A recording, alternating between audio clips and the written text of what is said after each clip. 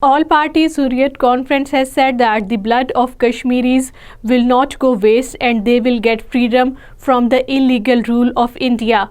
APHC spokesman in a statement issued in Srinagar said that peace cannot be established in South Asia until the Kashmir dispute is resolved.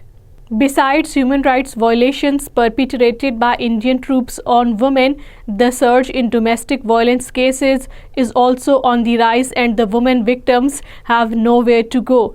Jammu and Kashmir State Commission for Protection of Women and Child Rights was scrapped by the Indian government after it abrogated Article 370 on August 5, 2019, and since then there is no such panel for women where they can register their grievances. Indian Agency Enforcement Directorate along with paramilitary and police personnel raided the houses of APHC leader Muhammad Iqbal Mir, a religious leader Qazi Yasir, and jailed Jammu and Kashmir Salvation Movement chairman Zafar Akbar in Islamabad town of the territory. All Parties Hurriyat Conference Azad Jammu and Kashmir chapter has strongly condemned the raids on the houses of a religious leader Qazi Yasir and jailed Jammu and Kashmir Salvation Movement chairman Zafar Akbar. APHC convener Mahmood Ahmad Sagar, in a statement issued in Islamabad denouncing the action, said that such moves of the Indian agencies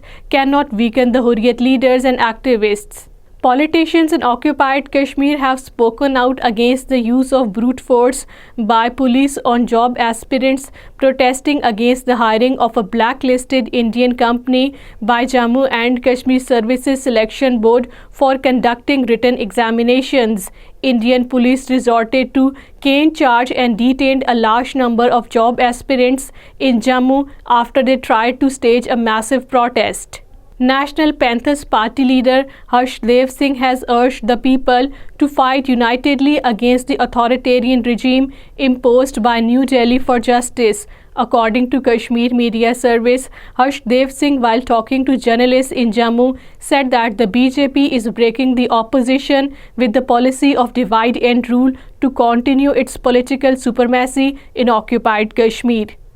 Kashmiri representative Altaf Hussain Wani has said that the Indian government is violating international law by unleashing a reign of terror in the occupied Kashmir.